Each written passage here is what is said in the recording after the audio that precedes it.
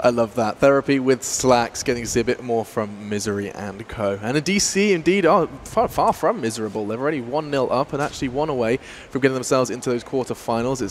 It's the big test. It is that single elimination that I do continue to remind you that every single game from here on out, you lose a team.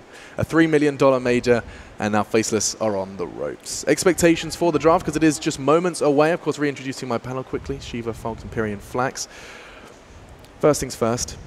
I think I've got myself a meme card. Just want to clarify. Oh, did you get one? Someone tweeted me. They said it's on the way. Okay, nice. Carry on, Fogged. I'm sorry to interrupt. Lost my train of thought. Thanks. No! I'm just kidding. They'll probably, I think, stay away from the Chen. Okay. I think it's it can work, but it's something you have to be really comfortable with playing, and we could say that Nuts didn't look the most comfortable on it. It's like I said, he's a good hero on the right player. Yeah. Like, you need someone who's a Chen specialist, a Chencialist. Oh, that was not good. That was not good. A Chencialist. It's actually not easy to say. We'll get it going. It's like Slax's lethal thing. Have you got any tongue twisters, Ted? Do you have any like vocal warm-ups? No. Like she sells cup of coffee, seashells on the seashore. No, I can't. Cup of coffee. Yeah, cup of coffee. Cup of tea. That's my warm-up. Shiv, you strike me as someone that would have a vocal warm-up. Oh, careful. But I have a warm-up for pronunciation rather than. Oh, for what? There's a chaos pronunciation verse. Pronunciation.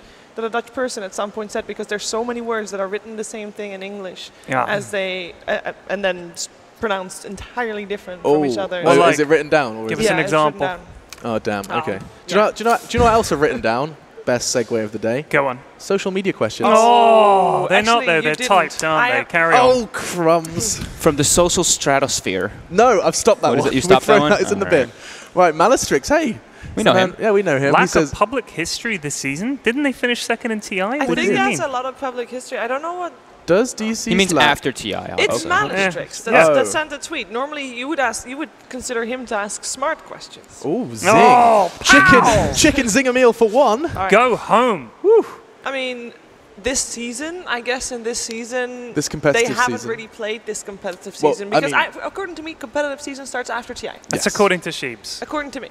Yeah. Even though all the graphics show earnings for like the whole year, no, right? Yeah, they actually lifetime. They changed it. Oh, they changed it. Okay. I think this season all they have done is the summit, and I didn't really perform there. And to most, this is actually considered, albeit in 2016, to be the first major of the 2017 competitive season. Which it clearly is. It sounds silly, but that's exactly what it is. The first season of the year, basically, if you want to call it that. Yeah. You should do the season. They have like the 15-16 season, the 16-17 season. It's like that. It's not like a solid calendar year. Yeah. It's a period that starts after TI and runs until the next. I mean, you could say it affects it a bit, but these guys have been playing for a while. You kind of know the way they play. But yeah, I guess as a team, it would change it a little bit. But go Ukraine. That's the Ukrainian play. They got coaches to make up for that. Yeah, exactly. For the lack of play, I would say. And I mean, while we do have a time building to the draft, that discussion about coaches can definitely be resurfaced, right? I mean, I mean, we're talking. We saw Bulba sitting down, and his role is to coach that squad. And I do think it's interesting to debate first from a player's perspective, then from our perspective, what it is a coach can provide, and if it's always relevant. I mean, I've seen instances in other titles that coaches can have a detrimental effect sometimes on a roster. I think that if Faces would have a coach right now, it would help them. Right. Are you saying Sam is a detriment to DC? I was thinking about. I've seen results go down when someone else. Yeah. When there's no respect for a coach, coaches make a big difference. I mean, isn't there a difference in that other game where the coach sort of stands behind them? Yeah, do they still allow them to do that? Because I know there was some controversy. There's been a change. Yeah, you're not allowed to stand The ruling behind. has changed. They can no longer basically have a sixth man in the headsets. That's been changed. Okay, I think that's good. I think it's a coach has their position. I don't think they should be in the game. I mean, it's a 5-person game. Indeed, personally, that's it. Yeah. So. I think being outside and helping, that's great. Like, I think it's needed even for a team now at this point. Especially if you're facing for so many teams which are using coaches, why not use your own? Yeah. So do you feel like it is, in everyone's mind, it is a benefit just to have another voice? How much is kind of taken on board is debatable? It depends also, as you said, you have to be able to trust and respect your coach, because the moment that you have even the slightest doubt that his opinion is valuable, then the coach is not going to mean anything. And then it might actually be detrimental because there's just a person down in your ear, you're not believing it, and he's just wasting your time. And they could be right. So you ignore them because you don't respect them, even though they're right. It happens. Bulba has a great track record, though, as a coach. Every single time he's been with the team, he's improved them heavily. So they definitely show respect to him. They even asked him to become their coach. It's not like he was like, guys, can I please coach you? So definitely shows a lot of respect. That's very important information. Sam is widely respected, definitely. Absolutely. I mean, that wasn't the question. I don't think we were doubting that. It was more of just intrigue to know that DC have this. Again, we're talking about their individuals being stronger, but we're also saying they've got a coach over Faceless as well. Yeah. Perhaps something that could be on their... Two coaches, excuse me. Yeah. Faceless could probably... Yeah, Blitz, you know, what are you going to do? Okay. Blitz is somewhere just shaking his fist in the air. Damn you, Ted! I'll get you, Ted! If you were a Faceless coach. If I was Faceless' coach, they should fire me immediately. No, because so far, Faceless has not won a single game. Yeah, I ain't going to help them, Sheebs. Are you going to suggest for them to do something entirely different? Yeah, or are you going to suggest for them to, I would say do the same thing? You know what, lads? We're one game from elimination. Pick what you like. Let's have fun. Let's go out all guns blazing rather than try and pick some Chen strat that we think is going to be good, but we don't quite know how to execute. I would say just pick what the hell you like. Guys, first pick Chen. First pick Chen. Get SD. It up. Oh, dear God, it's over. SD again. Don't they just respond to through pick Luna? Right, no. I think the Luna is definitely, you don't really want to be playing versus that just because of how dominant we've seen the two paired together. Yes. Maybe what else would you say would be as good? Like, pretty much anything that can walk up and hit buildings has to be good. Luna, it's the glaives that really makes it. The glaives really makes it. I think Terrorblade was a pretty interesting approach. I think, they just go for that one anyway. So Alchemist as well. That's like the two big ones that stand out. Just highest favor. Yeah. During the group stages, at some point, I watched the Faceless game, and it felt like they copied a strategy from, at that point it was Virtus Pro. They had a Weaver support and everything, and it felt like very VP-esque. Yeah. And this is like, okay, you beat us last game with the Rubik Luna. Let's try that strat. And it's still maybe not really finding their own style. I mean, it's very strong, but interesting to see them going just for the exact same opening.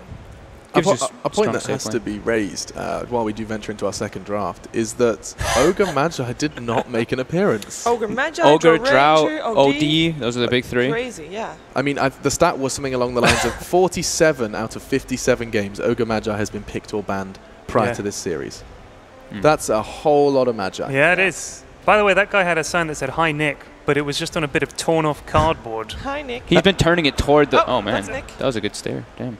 Yeah, he's been turning it toward the cameras every time possible. You must really love Nick. Yeah, but also, if you like Nick so much, get a tidy up your sign. I'm just saying, tidy it up a little bit. Bit of word art, Really put some effort into it. Like maybe a nice border. Something. Yeah, I'd like that. Hire an artist. Multicolored Sharpies, just mix it up. It's like they found a box outside the venue and just, give me that. Hi, Nick. No offense, you guys are great. Don't kill me. Or they just genuinely found it on the floor like, I don't know who this is for, but this is mine now. I want to hold up a sign, don't matter what it says. Yeah. Say hi, Nick.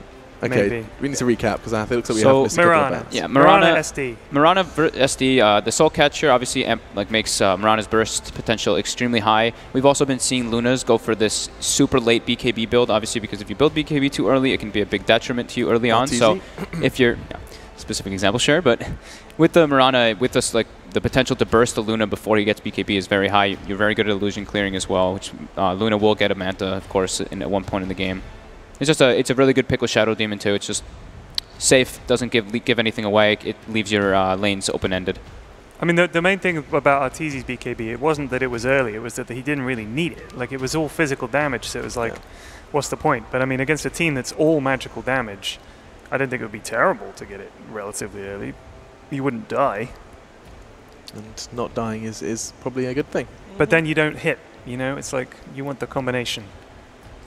How come people don't get Ags Luna? Explain it to me, Fogged. Explain it to me like I'm a child. Your other items are just better. You don't want to be dependent on your ultimate so highly. You want to be a physical damage dealer, tower pusher. If you're just relying on your ultimate so highly, it's not really the greatest. It's so cool. It does look cool. I mean, it's a great item. Oh. It's not like it's a bad item. Bye-bye Magi. Yeah. I think, banning out the Undying, the Ogre, weakening Faceless' lanes for sure, and just taking out more of their comfort heroes. Like I mentioned before, they stole the Undying, stole kind of in a way the Undying from them before, but not going to let it happen. And, they're maybe thinking, these guys are taking our picks, Yeah. They're taking our draft from before. And is that something that is kind of viable and has a pretty good success rate? Just nicking someone's basically going, hey, that worked, let's give that a whack. Sure. I mean, I guess if it ain't broke, don't fix it. Slacks has a new hobby. Yeah, what is this? He's Snapchatting. Yes, he has discovered Snapchat, and there's actually a pug filter. Get back to work. There's a pug filter? That's actually pretty sweet. Isn't there a Boston Major filter? Yeah, there is. Yes. Yeah. There is an actual Dota filter on Snapchat. Looking at the Faceless Band's Invoker, of course, we had such a stellar performance in it last. It works really well with their draft as well. And okay, they take Enchantress. And the Alchemist Band, of course, you know, Shadow Demon is just the Alchemist. That in-sync mode from Shiva and Perian Flex. Oh, explain yourself, please. Don't remix that. I mean, I figure it'll be... Hi, Nick. Maybe it'll be more effective than the Chen. I hope so. But we'll see. It's different. It's a little bit different. Obviously, you strengthens your lanes more, but it's really, I mean, when you pick a Chen or Enchantress line, you put a lot of pressure on the person who's playing it. You should. And instant response, I kind of said how DC likes to, you know, counterpick kind of in a way, or just like prep themselves up for the draft that they're facing. So Juggernaut, pretty hard for Enchantress to really gank. Great versus Luna at most of the stages of the game, and it gives you sustain for your push and sets you up into a tempo for your game. I'm not sure if Nuts is the one playing the Enchantress. He's never played Enchantress in his competitive career. Okay. At least not according Now's to the time. Let's stick him on Enchantress. Hey, this is what you asked for, Ted. You said you haven't won a single game. Go ham. Go ham. Yeah, but Boss of the walls. They pick Centaur now, too. Yeah, here you go. Do you think it might be XY playing it? I'll check if he does. Centaur's back. We have seen Centaur that in the group stages. He did pretty well, I think. Yeah. In fact, I think they won, didn't VP's game. Yeah. That was here, wasn't it? Was it? That was yesterday. That was yesterday. Was it? Fair enough. Yeah. But we liked that. We got the Ag Centaur and everyone just ran over walls, right? Yeah. Oh, yeah, that's right. Trying to think the reasoning as to why they did it, though. At least for this game. Obviously, it gives them more like lockdown. Like the obvious things, lockdown, heavy burst. But what did they really... I guess they just wanted a heavy, beefy frontliner for the Luna. It's one of the only things that really come to mind for me right now. Okay. And just a disengage for Juggernaut. At least we're getting to see some more heroes in play. I mean, that's Faceless and a Silver Lining. Yeah, okay. And I doubt the DC are going to have prepared for an Enchantress Centaur. That's because they generally wouldn't have to, because it's not usual. Yes. Yeah, it's good in very specific situations, and I've yet to see if this is one of those specific situations. Digital Chaos has still 2 picks to prepare for anything they might expect to come their way from Faceless. I mean, so far, if you look at Faceless, do you see like a specific timing they should hit? I mean, they've got the Luna, they've got the Siege, but at the same time, there's a Shadow Demon as well. What's Faceless' plan? Wake up! Yeah, you. I mean, they're just picking like a Luna strategy and having a frontliner, like I was kind of mentioning. They're just going for. I mean, they're just having it's just like a safe pick. It doesn't really reveal like too much what they really want. Just decent team fight. Yeah. And just having like this guy in the front who can tank everything. Darkseer. Enchantress does enable you to be able to pick like different type of offlaners, as we've seen. Like the Enchantress goes and helps him out. That's probably more so what he'll do this game. But picking this Darkseer changes it up a little bit more, because now you don't know where you still don't really know where the Mirana could be. It's more now it can more than likely be a mid laner. They can pick an Earth Spirit or something like that with the Darkseer or Spirit Breaker and just be emphasizing on heavily pressuring the lane that we saw before. This is a DC approach. They leave their lanes open-ended so they can really change up the way that they're going to approach the game at any stage. And they even have Faceless actually even feels forced to ban out a Meepo. Yeah. Wow. They lost against the Digital Chaos Meepo in 20 minutes at some point, I believe. It's still a hero that they can pick up for sure. They can put the Mirana support. They have the Shadow Demon Mirana roaming combo, Juggernaut safe lane, Darkseer Meepo. Meepo fits pretty well into the lineup too. Meepo can fit into lots of lineups, especially if it's a last pick. It's just like one of those it's boom in your face. We lost. Yeah, it's one of those. Yeah. Don't forget that was a promise actually from X-Nova of Warriors that perhaps a Meepo will be cropping up in later games. A promise that perhaps maybe. Well, but he said I can't reveal anything, and then Slacks made him explain with a facial expression, which was a smirk. Okay. Yeah, that's the most info I can get. All right. Close enough. It's almost a promise in my mind. So DC bans out the Tinker. Oh, there's Tom. Hey, that's Tom. a very individually targeted ban at Faceless at Jabs, because that's one of his more played heroes. There's a Tom and a Gurg there. Yeah, Tom and Gurg. Shout out. Oh, is that lad's getting drinking nice and early? Cheers, sir. Cheers. With a glass of champagne. I'm not gonna lie.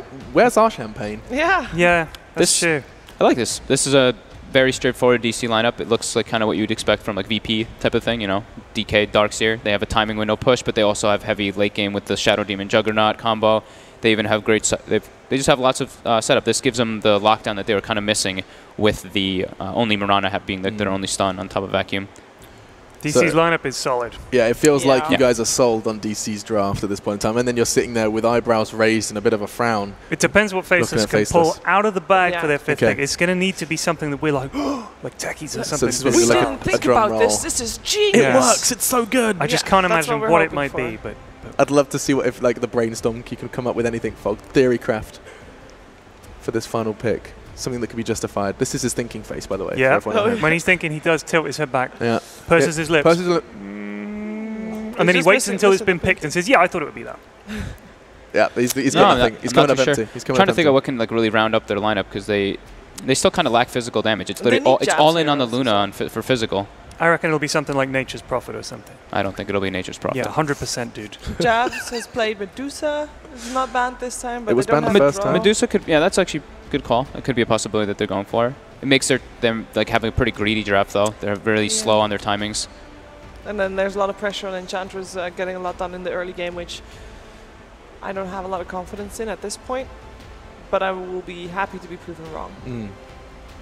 They're taking their time though. They're almost out. They're thinking about it. I know Jabs has played Mag every now and then. I mean, they don't really have a melee carry core to deal with it though. But okay, so Sniper. So they needed something to give them a bit more physical damage into the later stages and some more.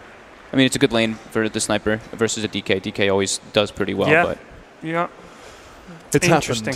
It is interesting. It's I think interesting. That is, well, guys, we're saying interesting again. We're staying away from that. Get rid of it. It's the cop-out word. Yeah. Well, I like to go for intriguing. That's my my cop-out. Same thing. Okay. All right. Well, it's interesting. It's intriguing. Whatever you want to call it. Our interesting and intriguing casting duo is ready as well. LD Winter, you feeling good about this one? I'm feeling good. I'm not sure how Faceless is feeling. Winter. They're up against elimination here. We're live on the floor of the Wang Theater in Boston. You gave a little gasp when you saw that last pick. And going into it, looking at the state of the draft, there weren't that many great options for Faceless. You were like, do they go Puck? Not so good against Dragon Knight. Not really a strong cure right now. Do they go Storm? It feels a little greedy. You know, I brought up the OD, which would be good in the lane, but then doesn't give you that space creator later on. So they end up going Sniper, and then you gasped. Why did you gasp, Winter? I mean, Sniper is very similar to the reason why I didn't really fancy the OD suggestion that you were telling me, because it means that Tricore is pretty greedy. They're going to heavily rely on the Enchantress. I think if Nuts plays like what he did in the last game, they're not going to be able to get away with their greedy calls this game. He needs to be able to secure space, secure the lanes for especially the Centaur and the Sniper. He shouldn't prioritize helping the Luna. Well, there were some harsh words from PPD on Twitter, but I mean, it's fair to say Nuts, he's not normally known for playing these types of jungle heroes, so... He doesn't play jungle heroes. Not really given any time to adapt or to practice, obviously. Bottom lane. They might find a first blood here. Could be big. XY going to lift him. Hasn't skilled anything yet, so they need the chain stun. They get up the stop. The follow-up shrapnel comes through. Moon just going to accept his fate. Doesn't want to start with level 1 Surge and be unable to farm. Well, this time... So a first blood for Faceless, something sorely needed for them. This time DC moves into the enemy jungle. The last game when Faceless had the Chen pickup, DC did not really invade and try to put wards to block off. This time they changed up their playstyle, so maybe expecting Faceless to, you know, run in the jungle, but instead Faceless went for the aggressive play with their smoke. The teams have been doing this more and more because you see mostly the standard play would be to smoke out, get a ward. You know, that's the pretty much norm nowadays. But we see a couple of teams starting to switch around, trying for smoke, like 5-man smokes or 4-man smokes, trying to get first blood instead of using the smoke to just place a ward. You smoke, you get a kill, and you place the ward after. So catching them off guard here. So where do you want to see Nuts go on the Enchantress? He was the big focus of discussion in Game 1. Playing a slightly different jungler in the Ench, but still similar fundamental concept for the laning stage. Do you go into the enemy woods? Do you want to pressure the offlane this time? What is the ideal play for him? I think because the Centaur is on the safe lane, right now they're switching lanes. They do not want, I guess they don't want the Luna to go against Darkseer. Or they were trying to avoid the Juggernaut lane because they saw the Darkseer at bottom. Yeah, previously Faceless saw the Darkseer bottom and they got the first blood, so they were kind of expecting Darkseer to be at bottom. They do not want a Luna to go against that lane, so right now, because he's in the Juggernaut's lane, this is not good for them. They need the Enchantress to help out. She's trying to as Nuts moves in, but Misery there can just easily arrow the creep and kill it off, and that's a great point. That's a big issue for the Enchantress. If she goes where the Mirana is, likely just going to lose her creeps. That is actually something that I totally forgot about, because people don't pick Chen or Enchantress as much, but Mirana is an absolutely good counter against that So you have to stay away from the Mirana now, it feels like. Black has to go top. Like, they need to move Black towards the safe lane. If the Enchantress can't really help out this lane at all, he needs to ditch. He needs to go top. Yeah, he's a potential kill if he ever gets caught by a disruption. There won't be a good save. He's going top now. And oh, Ice! Wow! Big solo kill there for Ice. And then the TP home, so nice fountain trip for him. Good timing for Black to rotate. Oh my god, that is huge. Such a good transition by Darrow there on the center. They knew they had to switch the lanes, but he went for the kill, trying to, you know, at least when they're switching a lane, get a kill. That's what you want to happen when you're switching lanes. You do not want to just switch lanes and move around, waste your TP. Meanwhile, mid lane, Weeha getting pressure, but unfortunately jabs. He eats the arrow under tower. Oh my god. Misery with the drive-by. It would have been a likely kill on Weeha otherwise, but the savvy veteran in position. And now Weeha sticks around. He'll salve right up. This is and what the sniper goes down. This is what you see from Misery a lot. He's always at the right place at the right time as a support. Like, that is one of his biggest traits as a support player. Always there when his team needs him. And Winter, they don't have any wards to help him out here mid, unfortunately.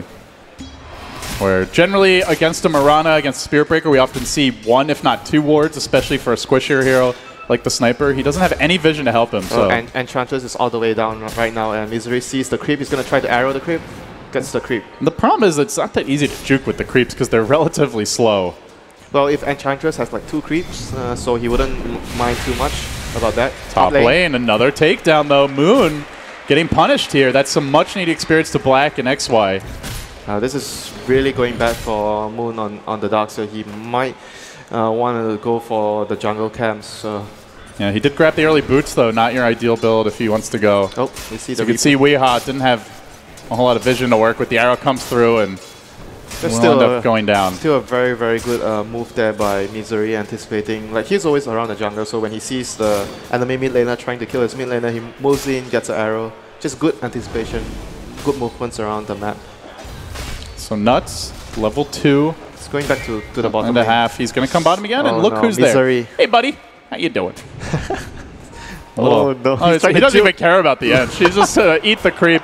Nuts is just feeding Misery straight up at this point. Already almost level 3.5, a full level up. And meanwhile, in the bottom lane, there's some pressure on the Ice. The spin comes through. He's fine. From Resolution, he will survive, but he's getting bullied a little bit here. And there's a Soul Catcher ready. I mean, Nuts really wants to avoid Misery at all costs. He wants to be able to gank the lane that the Mirana is not guarding at the moment. This is not ideal for the Enchantress. If you come mid, though, there's a decent chance Mirana's going to be there, and I don't know if they need him top. Moon Meander's been relatively well dealt lane. with. If he tries, at least if he tries to make a move top, there's a better chance of them getting something done rather than moving to the Mirana's area. Like right now, the mid lane and the bottom lane is Misery's territory. He's going to be always constantly making sure that the Enchantress doesn't create any sort of pressure on those 2 lanes. Resolution continuing to do they have a smoke? Harass Ice here. They might bring the Rubik this time. Oh, there's a ward there. Alright, so the struggle continues for poor Nuts. They might be able to get a gank top though if they move back towards top. Not with that scan, I would think. The Moon look at Moon staying far up. He really expects this gank to go on mid, and I mean that's the right play for Faceless. You can just see Misery just waiting for the gank. Yeah, just sending his illusions, and he's just doing the right play as a 4-row support, playing against a Chen / Enchantress, a jungling hero that wants to gank. You should always anticipate his movement and try to break the smoke. Once again, that brilliant play by DC, having that vision to set up the information that they needed. And moving the supports right away to break the smoke. Just good play all in all. Little love tap there for XY as Ice will deny himself to the neutrals.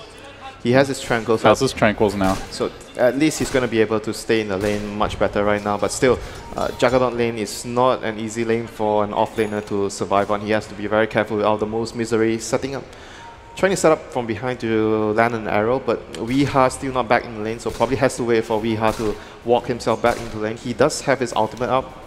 Meanwhile, bottom lane, they are also prepping here with a disruption. Ice is going to tank the spin. Soul Catcher was committed. It will drop him low. Not enough for the kill, and now Resolution getting slightly blocked. Well, back away. Meanwhile, Misery, as you mentioned, is hounding jabs in the woods. Not particularly afraid. He is going to run into Nuts. Nuts this time has a decent-sized army. Troll Trap to start. He's going to leap up to the high ground. Assassinate coming through. And that will be enough for the kill. The Pew Pew does its work. And finally, they get something going against Misery. Well, this time their laning phase has gone much better compared. Bottom lane, Ice. He went for the stomp, but Resolution quick on the draw with the Blade Fury. The stick, and doesn't matter. Resolution with the phase boots has that extra bit of damage. Finds the kill anyway. Make it 4-2, but with that exchange killing off Misery, experience going much more favorably now for Faceless. So at least compared to the last game, the laning phase has gone much better this time. How do you see them transitioning? Because the one guy that really is looking to set the tempo here in the mid game is the Centaur. Ice, he did find the kill, but Winter, he's not farming very well. 13 CS, it's going to be a slow blink. Yeah, that is definitely not good. Like if you compare it to someone like, oh, Arrow not going to land on XY there. He was trying to, you know, do support things, place a deep ward, but Misery there to foil his intentions. But Centaur definitely not like Slada. You don't have that sprint. I mean, you're going to have access to that Stampede at least at level 6, but he doesn't really set up a lot of kills like a Slada pre-blink, you know. Slada pre-blink still is able to get a lot of work done for your team.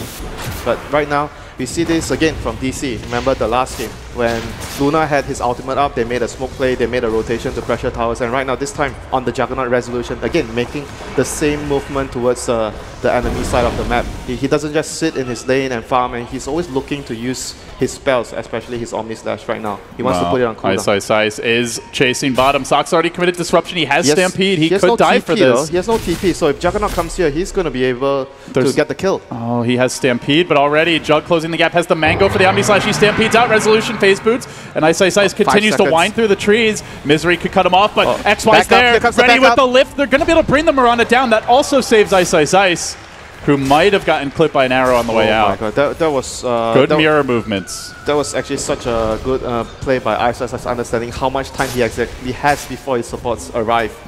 1 more second delayed that, he might have actually gone down to that Omni Slash plus Blade Fury. Just able to get to the trees. He's just one of those few offlaners. You know, you interview all the carry players here at the event. Everyone will tell you they hate to play against Ice offlane. And he's not like that.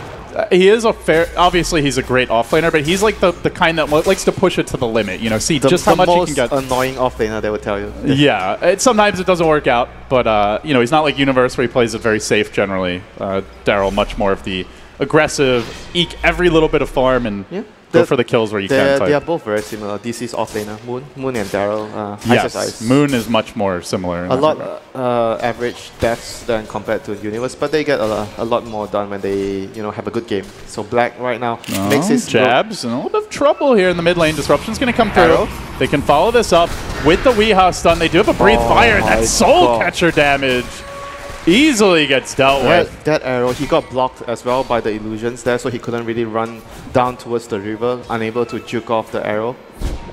And here comes again Ice trying to creep skip and allow Black to secure the tower for his team. Ice very low in the bottom lane, really just begging Moon to come at him. It's like, guys, we can kill him, but he's got some backup.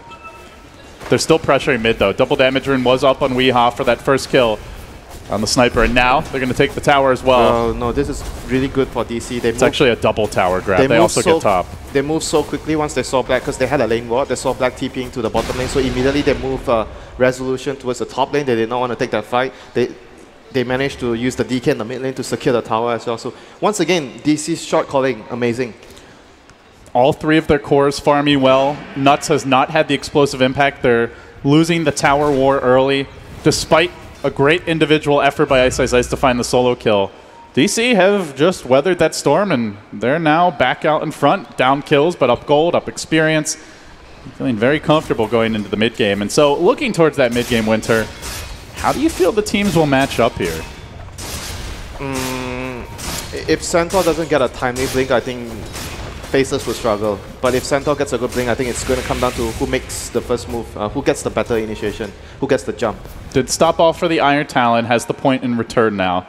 Well, the other thing we might actually see being a crucial part in team fights is Darkseer is going to be able to build the mech on his team, whereas for Faceless, the Centaur, obviously, you can't get the mech for your team. So that might be a difference maker in the mid-game, having a mech and against a team who does not have a mech. Well, Moon playing very cautiously here bottom.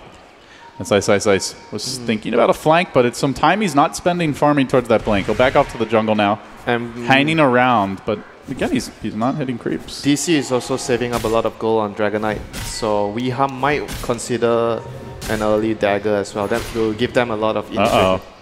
Soxa, he's in position here to set up an Ice. They're going to disrupt instantly. Starfall comes through, but not timed correctly. The arrow hitting the creep, and then he's going to stampede. He wants to run forward. Stomp is there. Has the double edge. Ice playing very aggressively, but this might give DC round 2. Taunting them as well. Just toying with his food. I mean, there was no way they got that kill after the Starstorm actually missed on Misery. Maybe a bit of a miscommunication there from the two supports, but regardless, that was an opportunity miss for DC. But overall, they're still farming really well. You see what Resolution is doing here on the enemy safe lane. Like, because Juggernaut has that innate survivability with the spin TP, you can actually do this, but the Luna can't really push the lane, far out. You have to take the safer routes to farm. So what Resolution is doing right now, he's not only farming, but he's also creating a lot of room for the rest of his team to, to farm. And they're taking advantage of it on the bottom lane. And now a blink is grabbed by Weeha. This is going to be very, very crucial for their initiation, because Darkseer does not want to get an early dagger. You want to get a mech on Darkseer. So with the mech coming online, he's very, very close to completing that and being having that dagger on Weeha. So it's going to give DC a lot of good team fight right now with the mech plus blink coming online. Tower down, and without a blink on Ice, how do you fight into this Winter? How close is he to the dagger? Well, he's not very close. Oh, this is not good for them. He's been spending a lot of time just sitting in the jungle, like threatening for ganks. I mean, you kind of backing up his Luna, but as a result, not farming. You kind of have the hope for Rubik to start the fights, I guess, with his telekinesis. But that's not reliable at all, That's not what you want. You want the Centaur to go in, make a first move, so Rubik has time to stay back, decide on what spell you want to steal, and go in for the lift after. So things are not looking too good without the dagger right now for Faceless. They desperately need the dagger on Daryl here. They need to get that ASAP, whereas the rest of the items on the Sniper and Luna is not going to make such a huge difference right now for them. Well, if they can find the dagger, find some kills. They do have decent push behind it from the Luna, the Ench creeps. Whereas for DC, look at them, they're just ready to make moves right now. They're very active around the map because they don't feel the need to, to wait for any item. They already have the dagger plus mech. XY gets the cheeky little steal. But right now, everything is online for DC. They have the dagger. Oh, the mech is still in the base, so wouldn't have that for the fight. But once again, DC are a team that understands their timings very well, their windows very well. They understand that the enemy is waiting on the Centaur's dagger. They're not ready to fight, so we are going to take the fight to them. Are they going to try to make a move on Resolution? If they could get off a lift here, could at least bully him back. It's going to be difficult for the Rubik to lift the Juggernaut, to be honest. Like especially when there's a ward in the area, so he knows he'll back away. And just look at Resolution again. He knows that the team is able to force powers, and he's just making sure that he's farming efficiently around the map. And he's trying to get the kill. Ice into the trees. In fact, he's hunting. Stop comes out. He baits Resolution. Now tries to survive. No, he runs back into the Blade Fury. Ice getting too cute. Okay, that will be punished. That is the one moment that you wish that he wasn't that aggressive. Like Universe would have just stamp in and get out. He was so close to his blink. Now he's down to 1,500 gold. He was trying to basically bait the Juggernaut to try and kill him, so his team could have came in for the return kill. But TP reactions here from Faceless. But without the Centaur, they kind of don't have really good ways of initiating the fight. That was a very, very big loss for Daryl. I mean, you could see what he was trying to do, trying to get as much as he can from the position, but ultimately paying a very, very heavy price, losing that timing on the blink. And they don't have a Dragonite Midwinter. They don't have a hero that can take over in the tempo control role. Sniper is not going to be starting the fights, and if he does, he's probably dying. But on the bright side of things, Sniper and Luna does offer your team a whole lot amount of big physical plus spell damage in team fights if you can actually get a proper initiation. But and if you look at DC, I don't think they have as much damage in terms of their tool cost, but they do have an offlaner, Darkseer, which the longer the game progresses, he's going to get better illusions of your heroes. But right now, the Sniper and Luna are going to be able to do a good amount of damage if Faceless are able to get a first move on. But Misery here going to scout out XY. XY is Blade Fury, though. Very tough to kill Rubik if he has quick reactions against the arrow. One of the best spells he has this game, apart from the Omni, even the Vacuum or the Spin would be nice for the Rubik here. But as of right now, Disruption always great. Yeah, as of right now, Faceless are just still desperately waiting for Ice's Eyes to get his dagger. He's very close now, but DC looking to pressure and looking to use this time where Centaur does not have blink. And what do you know? Another DD rune for Weeha. He's got the Elder Dragon form ready. DC ramping back on towards mid. They might try to go for the lower hanging fruit here, the tier 2. Yeah, their lanes. They need to take care of their lanes. Their lanes are not looking good. All of their lanes are pushing. And they don't have Moon, so going high ground without your mech bearer, your big team fight specialist, not ideal. Yep, this game you probably want the Darkseer to get all the team fight, survivability items. You get the pipe, even the Crimson Guard would be good choices here against the Sniper. All those items would negate a majority of the damage coming up from Faceless since they have the Blink on the Dragon Knight. The Darkseer is not so needed. Is this going to be the big Blink reveal? Ice smoked up.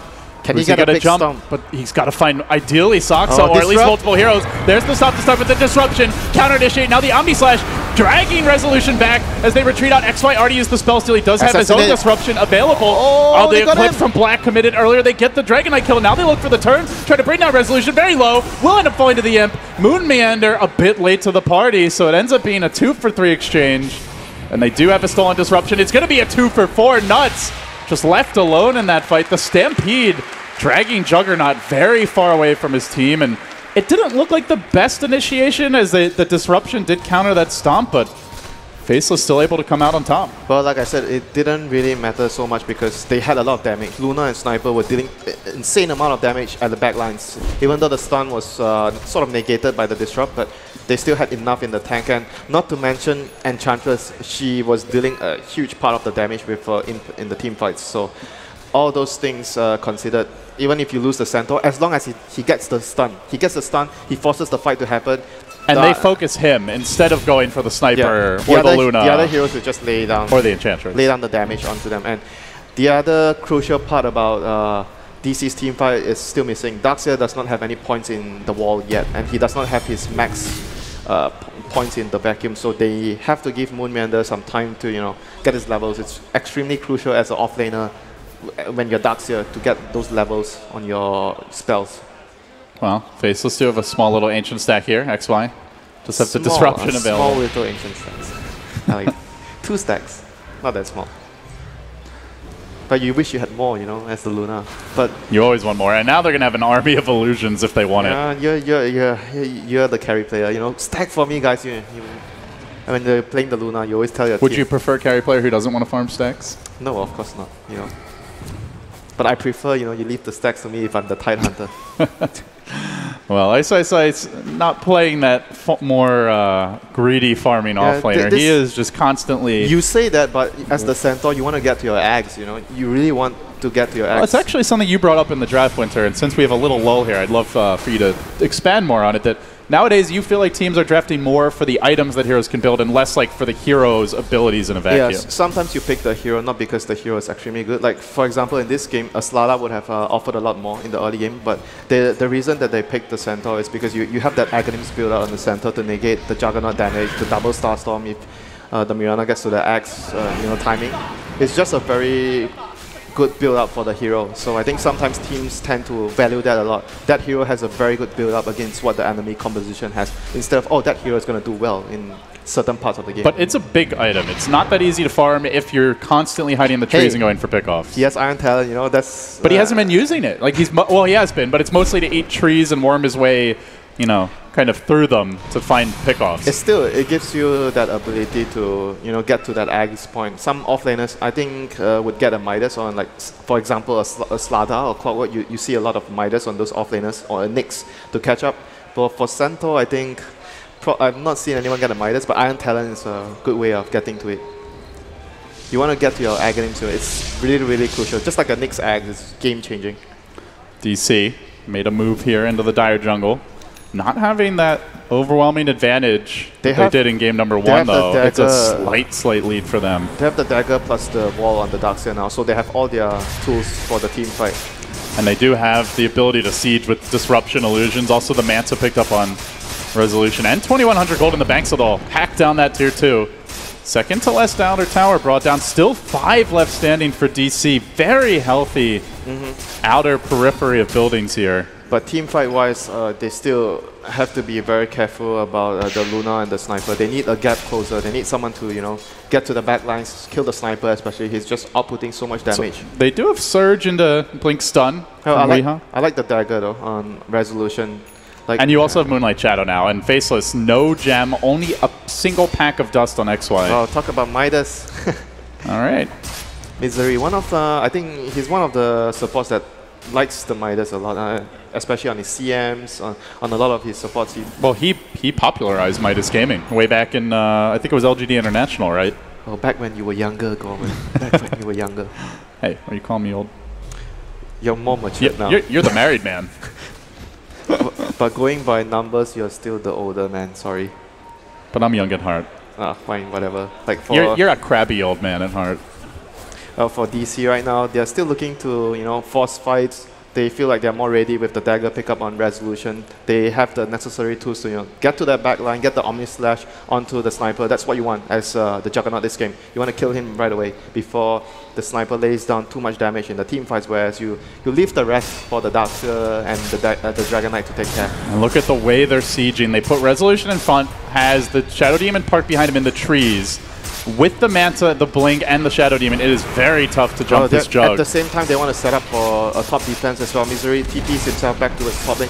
You see their movements, they are always very, very good at... And even scanning ahead, they are just so ready for that counter push. They take a tower, they defend their own tower, and they have a hero always ready set up a fight to defend. Could they find resolution here? They do have vision of him, but Weeha's right in the neighborhood. They're going to Moonlight Shadow, Ice, in position on the high ground.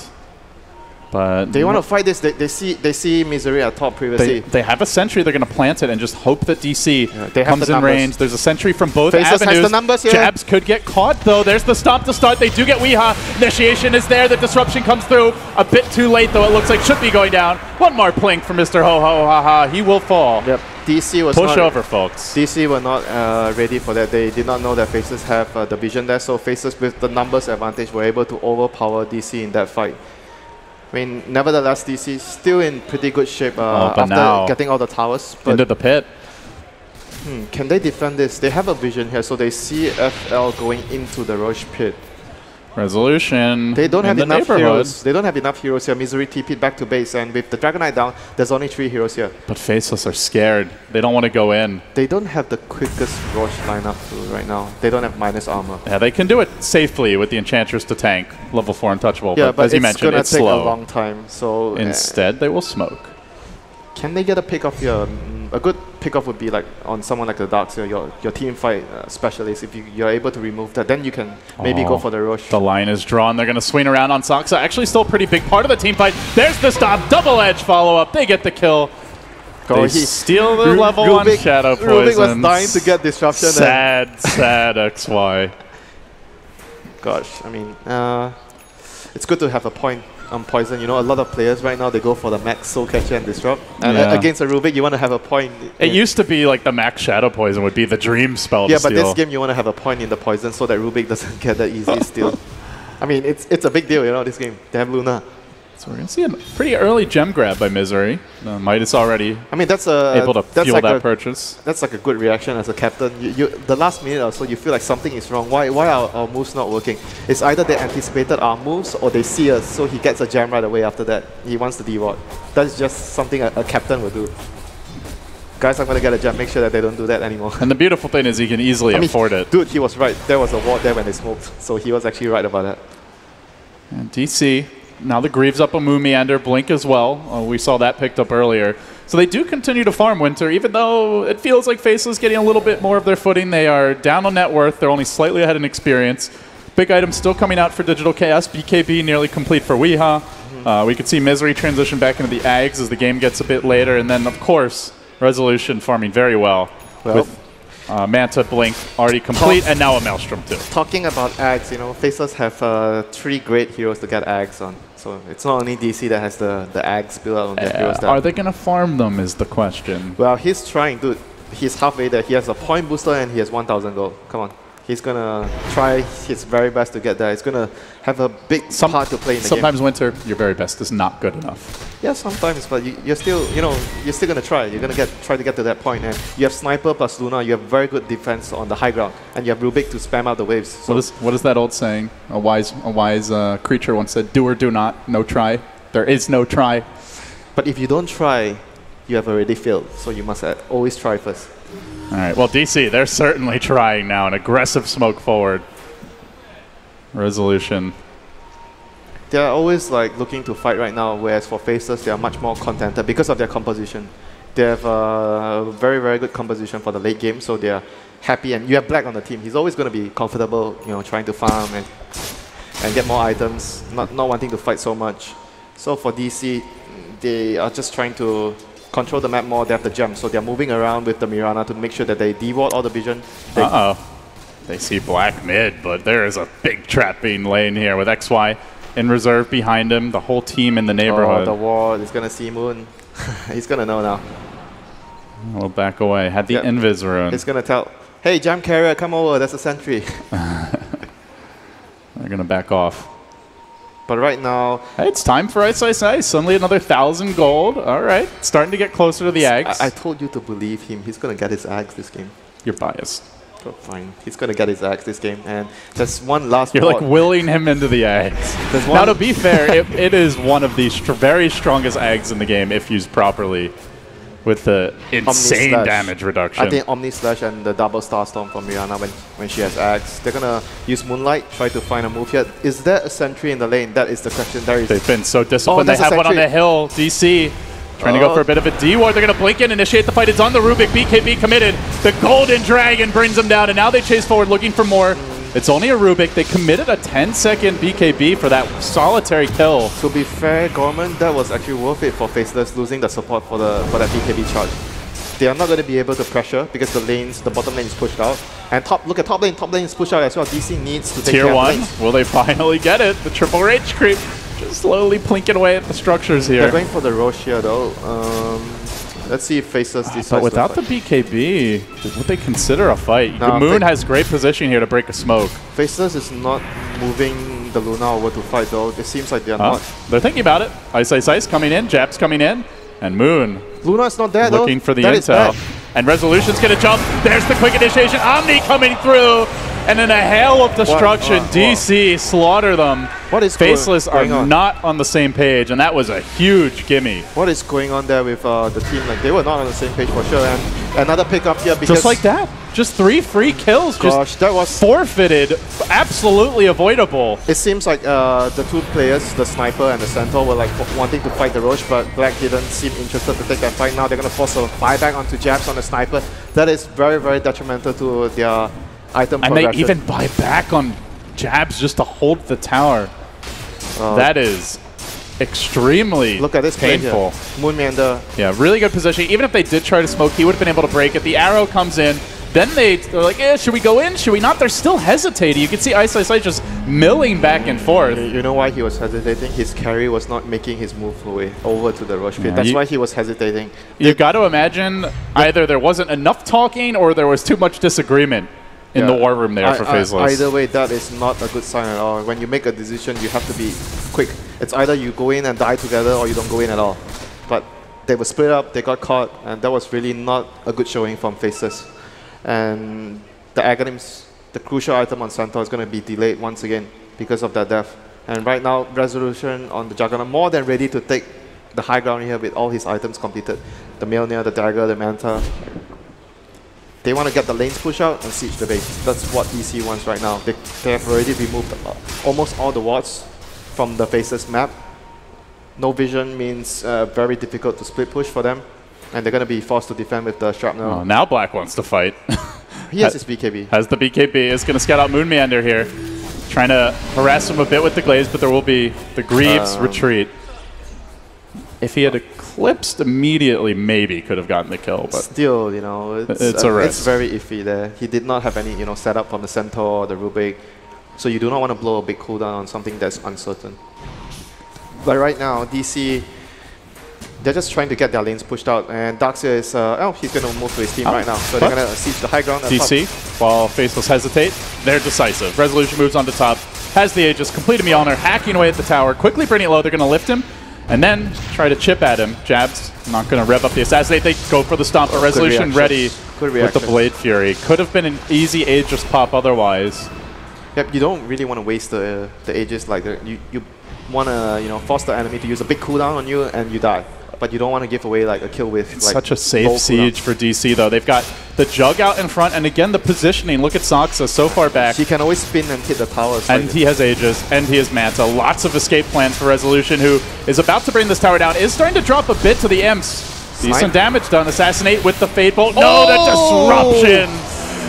No siree, they say, and now the Stampede committed. They're going to try to jump on a Weehaw. BKB available, but he gets lifted. Good control here. DC unable to get the finish. Faceless R's. Weehaw survives with the BKB. Black going to commit the Eclipse, but his own illusion being turned against him. Nearly dead to that as Weehaw surges in. Can't quite get in range. Has to back away, and they look for the chase. Omni. They're so low. Rubik has Omni. They could make big plays here. The impetus damage. There's the surge. Can they get in range? The arrow could slam the door. Ice with the stop. Set up on the moon. Can they finish the job? Not quite yet. And no, that's not enough for now. DC able to easily stagger the retreat, walk away safely. Great communication.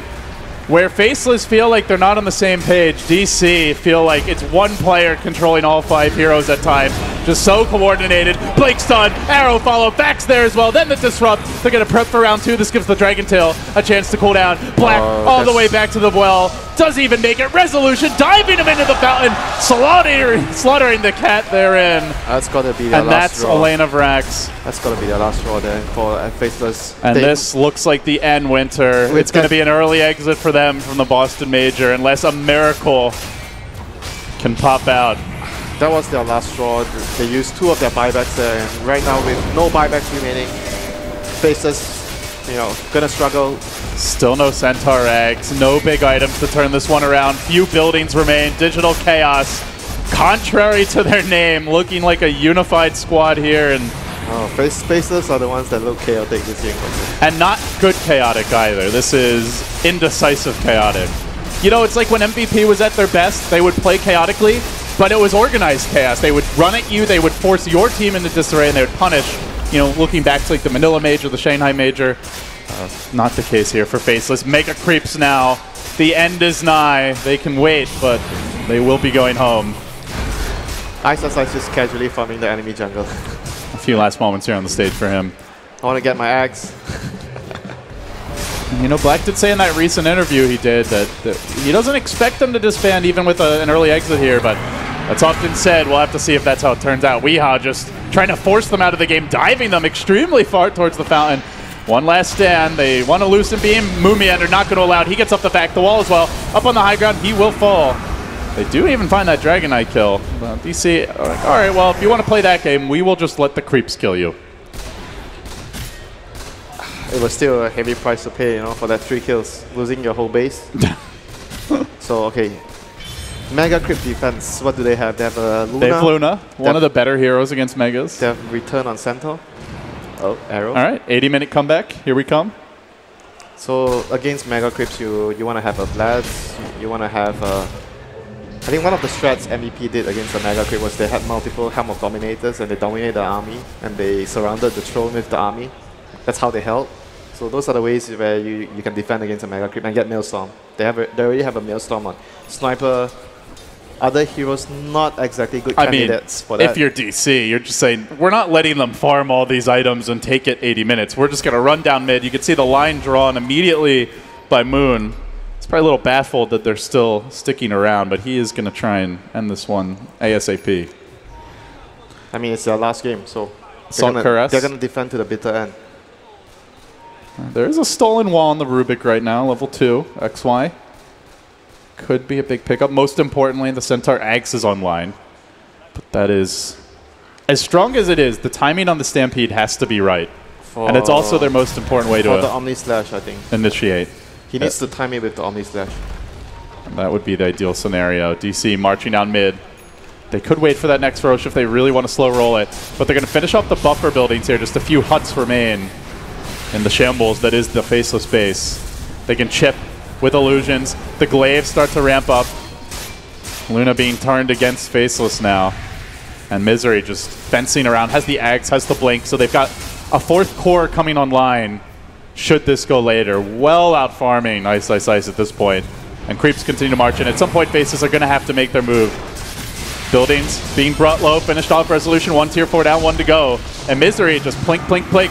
Slow but sure progress being done as Weehaw finds the opening and straight onto Ice, back wall, and destruction ensues. Jabs and Black both in danger, mauled into submission as DC ended a final dagger into the heart of Faceless fans everywhere. It will be an early exit from them, and they'll have to go back to the drawing board for their next event. Maybe be on the same page for the next event as well.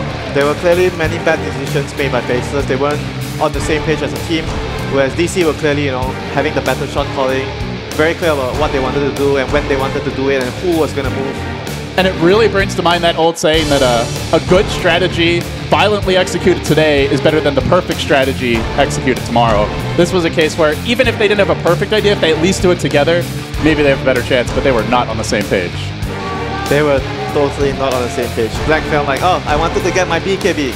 I'm not ready to fight. And the other two guys were like running to the roach pit. That was like the classic Carry moment when Carry feels like he's not ready to fight and the whole team wants to fight there. And we don't get to listen in on the players, unfortunately, but you could basically hear the conversation. That's how clear the movements were on the game. And Winter, with that DC, how far do you think this team can go? Can they take the whole event? They look damn scary to me. Yeah, all the way. I think if they play really well, they can take this all the way. Well, Alex, Digital Chaos, the favorites, they deliver here.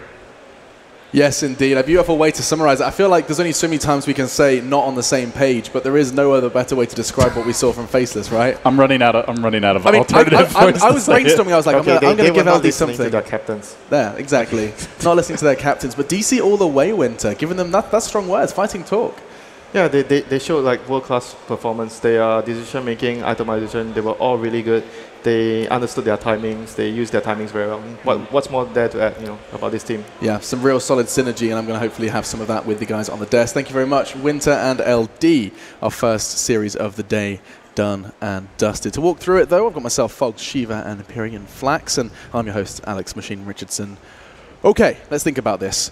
Let's not say at any point, not on the same page, but they didn't look as the unit we were anticipating from Faceless. They have ended and left the Boston Major 0-6. Not a single game win here in their performance over in Boston. And quite the contrast for DC, who are going to continue on a 6-0 undefeated spree. Ted. I spoke to Blitz in the break, and he said he wants teams to keep underrating DC. Like, I don't think anyone was saying that they were no good, but people have been talking about VP and maybe even EG. So he asked me to call this the miracle on ice. Like, they somehow beat Faceless. DC, these underdogs, they managed to come from behind and all the rest of it. But yeah, they looked really good.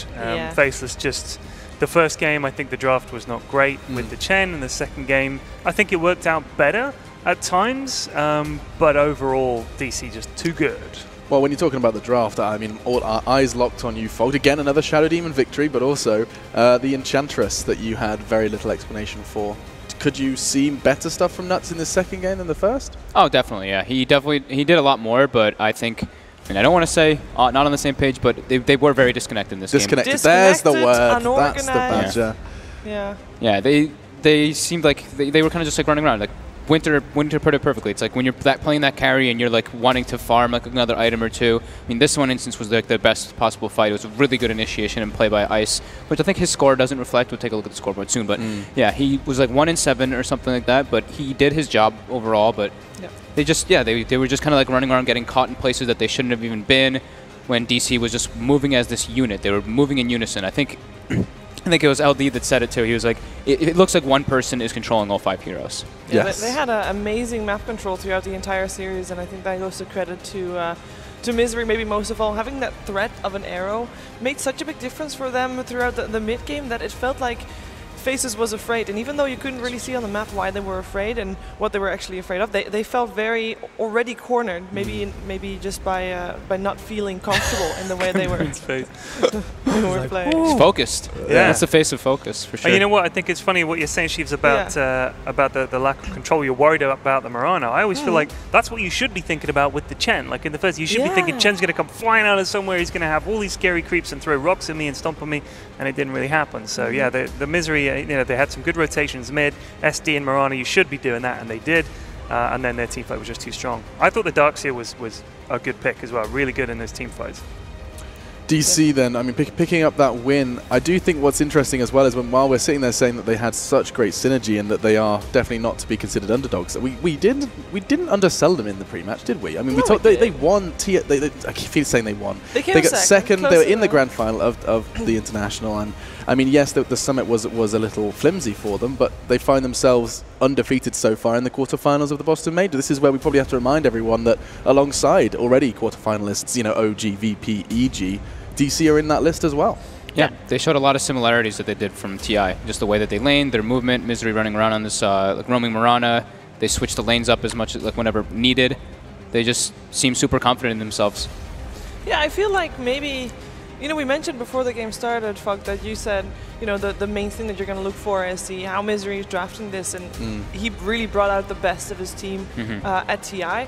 And I feel like this, sure, it was a solid draft, but at the same time, it felt like they just grew up. They don't need a solid draft. They're now a solid team as a whole, and they really felt like really good, really smooth. They leave it so like their draft is just like, okay, this hero can go here, this hero can go here. We leave it completely open-ended, completely ambiguous to throw off our team, and that's exactly what they throw off the enemy team, and that's exactly what they did. They executed pretty much to almost perfection. Maybe a couple mistakes here and there, but I personally want to commend Resolution's performance.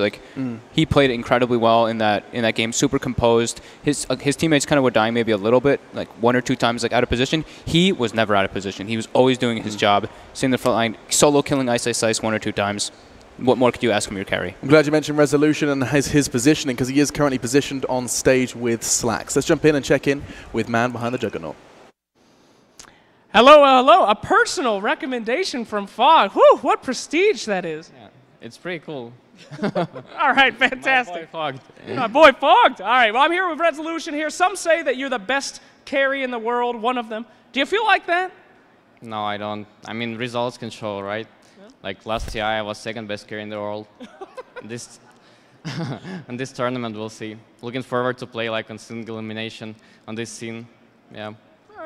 Now, let's talk about TI. You guys did very well, second place, and a lot of people that do well at TI seem to fall off afterwards.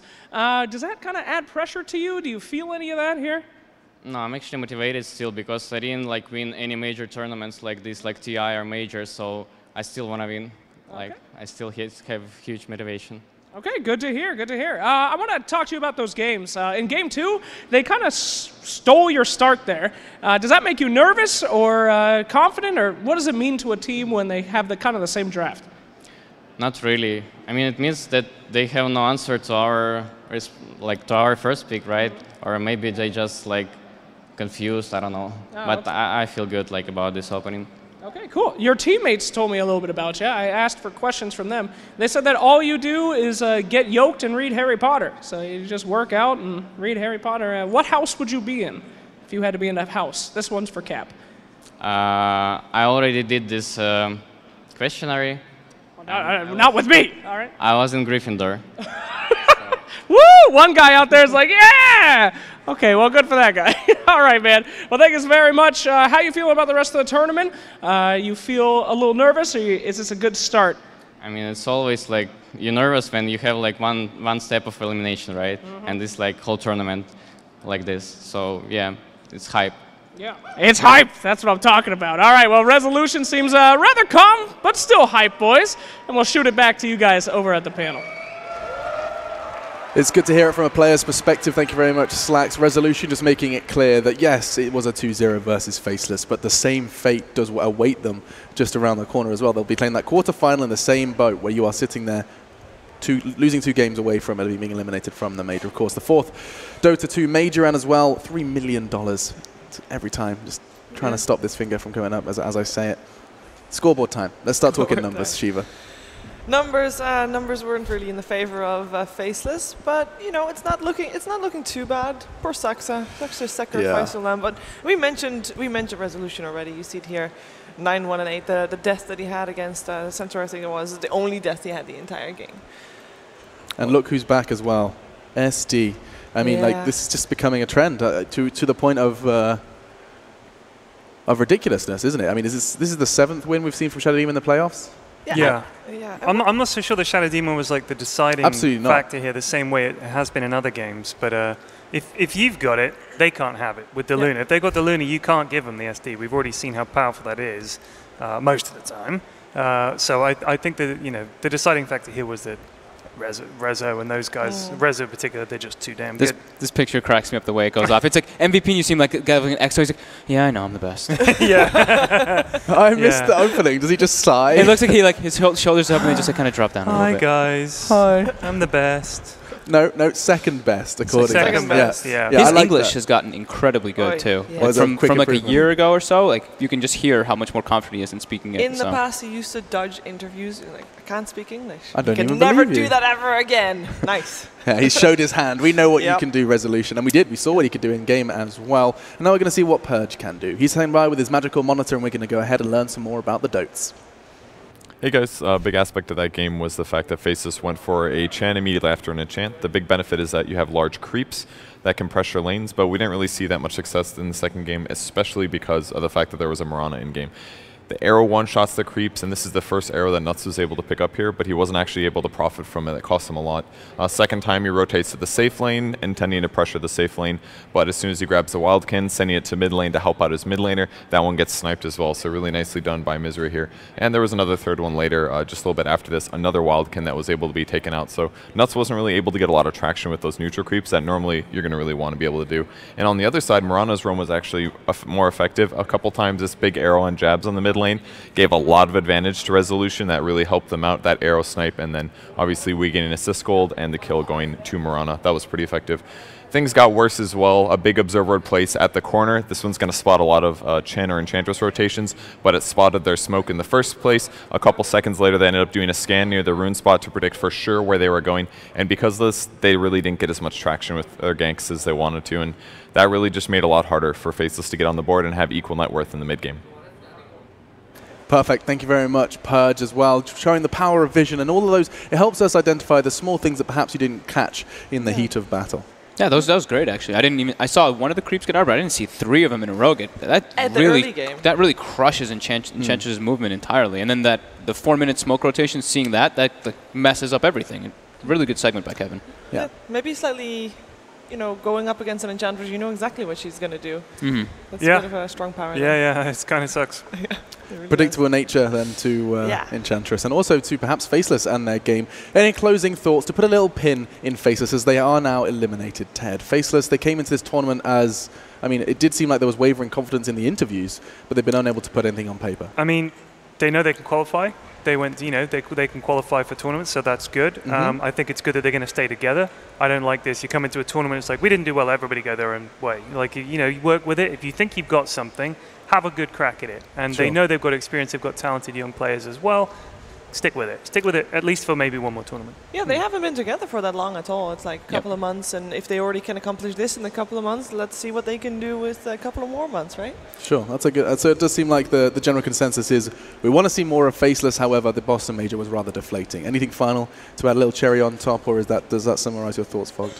Yeah, they seem pretty disconnected in these games. Maybe their confidence was broken a little bit, just like Ted was saying. So just bring up their confidence. Maybe when they go back to SEA, play some more teams like a bit of like the weaker teams. They just gain that back, and then it'll gain them into some momentum. Well, a team that lacks absolutely no confidence at all is NP, and they're going to be clashing with eHome next. What do our viewers have to look forward to when eHome and NP clash? Is it going to be a battle of anime proportions? Naga Siren Alchemist. Not sure if that's something you're going to be too excited about, but that's probably something we'll be seeing along those lines from these teams. Perfect. eHome did seem like they had showed some good signs of weakness in the group stages, and then they started picking the Alchemist, and they looked a lot stronger. And then NP, they really do like their Naga Siren, so we're probably going to see something along those lines. I don't expect to see Naga Siren banned, surely. Yeah, probably. We'll see. Well, we are going to take a break just to prepare ourselves for the excitement that will ensue as we do jump into our second series of our second day here in the Wang Theatre. This is the Boston Major, $3 million, and professional players clashing in their favorite game, that is Dota 2. We'll be back, though, but before we do, let's have a quick look at Moon Meander, who sat down with Slacks a little more. We'll check in with that when we return. Our second game will begin.